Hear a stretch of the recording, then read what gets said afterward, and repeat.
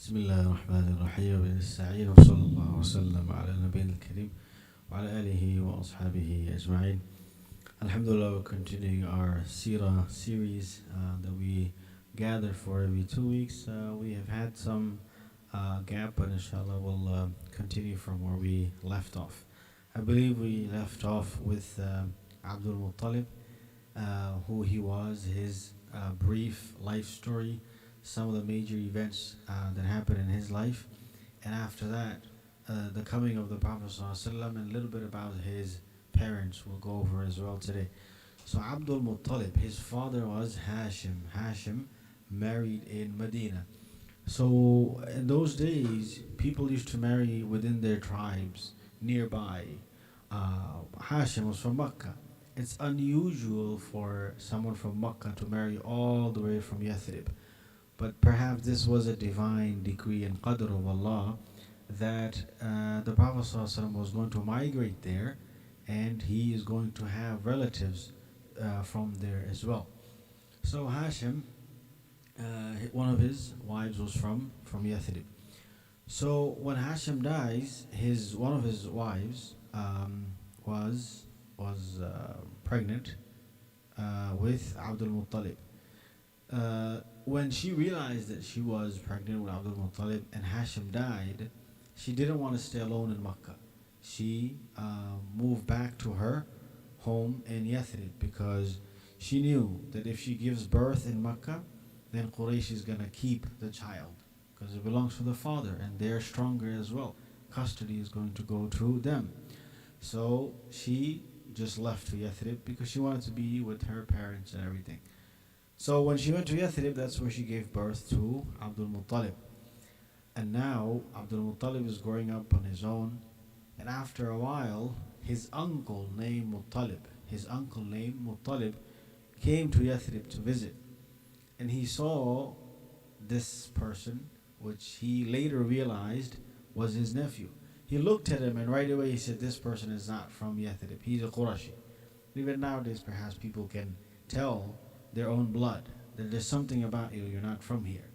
So his uncle realized that he's not from here, and then when he did some digging, he found out this is his nephew.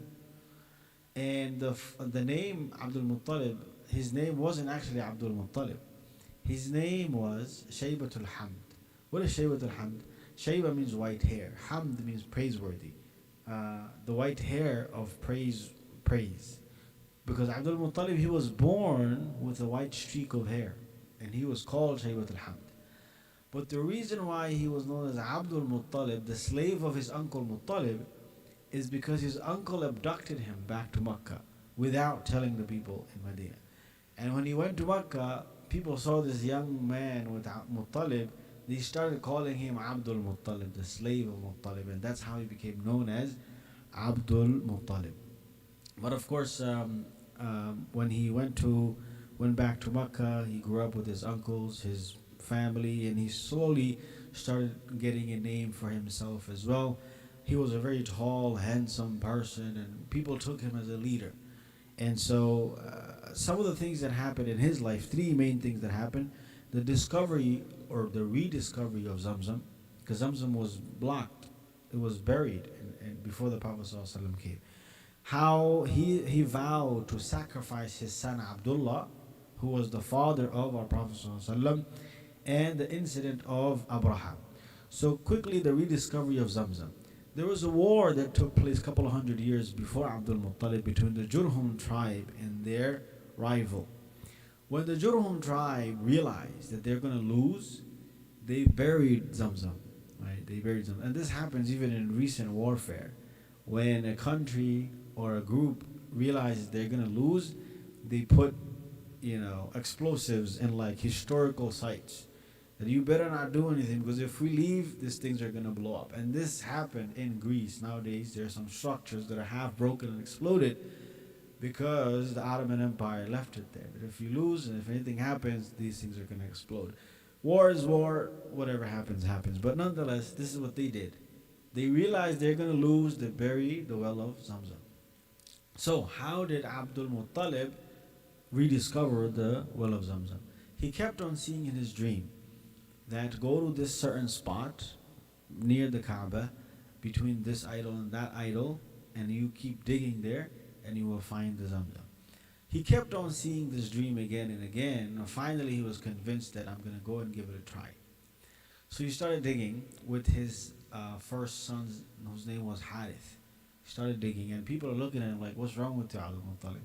If there was Zamzam here, we would have realized it, recognized it. We can do it our own by ourselves. What are you doing? You look like a crazy person. So he kept on going, and once he struck water, which was far more precious than gold and silver and oil, people were like, whoa, this is ours now. Quraysh was like, this is ours, it belongs to us.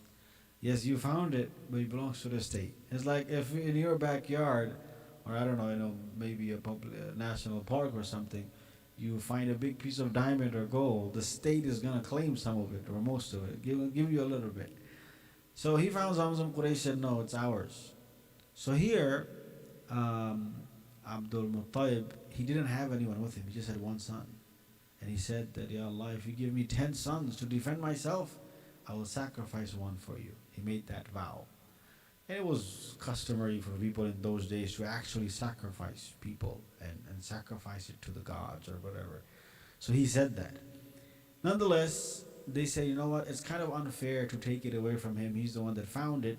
Let's go to one of our priestess, like a female sheikh or huzur that they had, that she's going to decide who the well belongs to. So they are traveling on their way, a group of Qurayshis. They're traveling, going to this priestess for her to decide who's going to belong to. On the way, they get lost in the desert. You know how difficult it is to get lost in the desert? It's not an easy thing. People die in the desert once they lose hope. There's no direction, nothing, no roads, no landmarks. If you're lost there, tawakkal ala Allah. Allah is your only companion then. And sometimes you see like people who are about to pass away, they start recording themselves in the desert, that these are my last moments, I can't survive anymore, I'm lost. That's it, there's no hope. So what they did, they're lost, and Abdul Muttalib, he tells them that, listen, start digging your own grave, because it looks like we're going to pass away here. And this is how it was for them, really. They used to bury their own kids alive. That's how crazy, not crazy, but this is how life was for them. People used to die early as well. Mortality rate was high or low.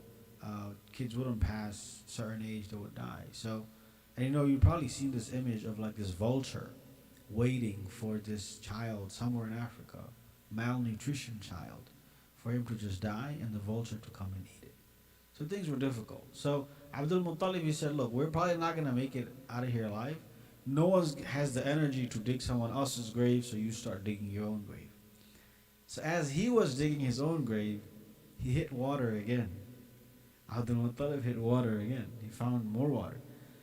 This is when the people of Quraysh are like, this is it, man. This the water, you're the water guy. The water belongs to you, and we can't fight you. Let's just go back home. And this is a sign that it has to go to you. And we're not going to have any claim to it. It's yours. So they make their way back, and after getting replenished with water, getting energy back, I guess they're able to put their resources together and found their way back to Mecca. And now the bigger problem is what? He made a vow that I'm gonna sacrifice one of my sons. Later on, Allah Azza wa Jalla gave him about 18 kids, maybe even more, but 18 from like 5-6 women. So, and he had 10 sons. And now Arabs are known. If they gave their word, that's it. They're gonna honor their word. Doesn't matter what it is. The Arabs are very, very strict in those things. If I gave you my word, live or die, I'm gonna be there. Right? So he made a public statement, I'm gonna sacrifice one of my sons, and now what? Allah gives him 10 sons. So he brings his kids to the Kaaba, and he draws a raffle, or whatever, a name, who's gonna be the one. So Abdullah's name comes up. And he's like, no, I cannot sacrifice Abdullah, he's my dearest child. So he does it again. Again Abdullah's name comes. He keeps on doing it. 10 times his name came up. So they're like, this cannot happen. Let's go to the priestess, another priestess, and she will give us a solution. So she said, at that time, if you wanted to give blood money for someone, it was 10 camels. So she said, since his name came up 10 times, sacrifice 100 camels or pay the blood money for this person, 100 camels. And even nowadays in Islam, blood money for someone that's killed or something, and you want to pay, and the family accepts the payment, you have to pay the diya for 100 camels, which is probably somewhere around $1 million. If you check the prices of the camels nowadays. So this is the second event that took place. First was the Zamzam. Second was the vowing of slaughtering his son Abdullah. And the Prophet ﷺ later on in his life, he said, "Anabnu dhabihain." I am the son of the two slaughtered ones. And who's the two slaughtered ones? One is his father Abdullah. Who's the other one? Ismail alayhi salam, right? So he confirmed this as well. The third incident that took place in the life of the Prophet ﷺ is King Najashi in Ethiopia. He sent one of his governors named Abraha to Yemen. And when you guys probably heard of this, but just to quickly go over it, when he came to Yemen, he heard people every year going to Makkah. They're going over there. It's bad for business. He's a governor. He's looking at the economy. Everybody going over there. They should come here and do business here, and my economy prospers. And so he's thinking of a strategy. How can I bring people in Yemen? So he said, I'm going to make a cathedral, a big church for people to come here and do everything here. So he made it. But the problem is what? People just don't go to a building because it looks nice, right? The Kaaba has a history of thousands of years. It's the house of Allah. No matter how beautiful you make it, people are not going to go there. It's what it means to them. So people obviously were not coming there. It doesn't have a history. It's just a building. And one of the Arabs, he heard that Abraha, he made this cathedral, big church. And, some people get crazy ideas. You got a crazy idea. I'm going to go and,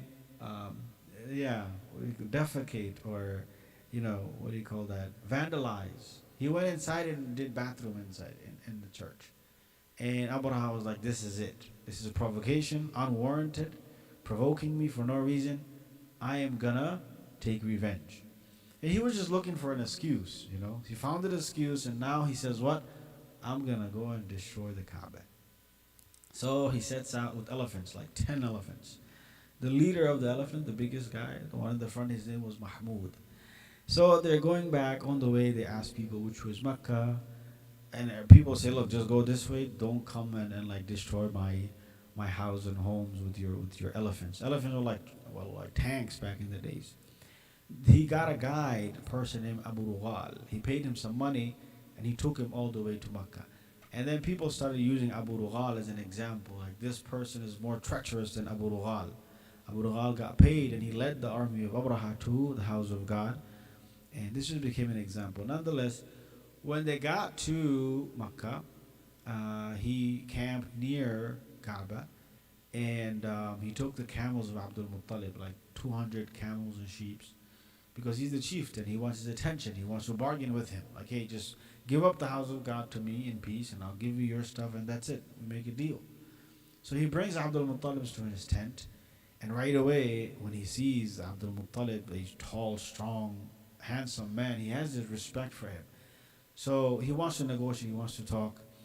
When Abdul Muttalib comes and says that, listen, I'm here for my sheep and camel, can you give it to me? Abraha, he said, I lost all respect for him. I had this respect when he came in, but when he came in and he said that he wants his camels, I lost his respect. Because I thought he's going to come and try to negotiate the safety of the house of Allah, Kaaba. But eventually, what did he say, Abdul Muttalib, that gained his respect back? He said that these camels and sheep, they are mine. I came to negotiate for them. But the Kaaba is the house of Allah, and He's going to defend it. He's going to protect it. I have nothing to do with it. It's going to be protected, don't worry. So Abdul Muttalib goes to a nearby valley with everyone from there, and they're crying, Ya Allah, please protect your house. We can't do anything. This guy has 10 elephants. Right, back in the days, elephant again was like a huge tank. The max they had are like slow camels or or a horse. What are they gonna do with all these elephants? So as Abraha decides to march forward towards the Kaaba and destroy it, Mahmud, the leader of the group of the elephants, he doesn't move forward. No matter how much they try, it doesn't move forward. And later on in Surah Hudaybiyah, Treaty of Hudaybiyah, when the camel of the Prophet ﷺ was not going inside the haram, people were saying, what's wrong with the camel, basically? And he said, don't blame my camel. The same Lord that prevented Mahmud, the elephant, from going to destroy the Kaaba is the same Lord that's not allowing this camel to march forward towards the haram, towards the Kaaba. So, as Abraha was struggling with the elephant, all of a sudden, what happens? Stones from Jahannam come from high altitude and being pelted at the army of Abraha. And it destroyed the army, the people, the soldiers, whoever they are. And Abraha himself, he was also severely injured. By the time he got to Yemen, he passed away. One person stayed in Makkah until the end. I believe it was Aisha radiallahu anha who said that I still remember that person who came with the army of Abraha. In the end of his life, he was blind, he was begging, and he didn't have nowhere to go. So this is how they were humiliated and defeated. And this is the year the Prophet ﷺ was also born. The Sahabi named Qubath ibn Ashyam, he has a narration in Tirmidhi. He says when one of the leaders of the Umayyad asked him that, are you bigger or the Prophet ﷺ bigger? Anta akbar. The leader, Umayyad leader, he meant, are you older? But he used the word bigger. So he said that the Prophet ﷺ is asannu minni, meaning he is more than me in number of years, but he is bigger than me in the sense that he's the Prophet of Allah. He is bigger, but I'm just older than him. I'm just older than him in years. I have more years on me. So how did he come to the conclusion that he is older than the Prophet ﷺ? He said that I remember the year he was born, my mother took me and showed me the dungs of the elephants. Right? These elephants, they left their dry dung, and my mother came and showed me this happened because of the elephants. And this was the year the Prophet ﷺ was born. So we'll continue from here, inshallah. Next time we meet in 2 weeks. The birth of the Prophet ﷺ, which date he was born, what happened after he was born, what happened during the pregnancy. There's an authentic narration about that as well. And the Mawlid as well, we'll talk about that. When is the Mawlid? How did the Mawlid come? For the 500 years there was no Mawlid. Where did it come from? So we'll go over those things, inshallah. But Jazakumullah khairan for sitting and listening to the life of the Prophet ﷺ. May Allah Azza wa Jalla let the Seerah inspire us and take the life of the Prophet ﷺ as an example in our daily lives, inshallah. Jazakumullah khairan. Assalamu alaikum wa rahmatullah.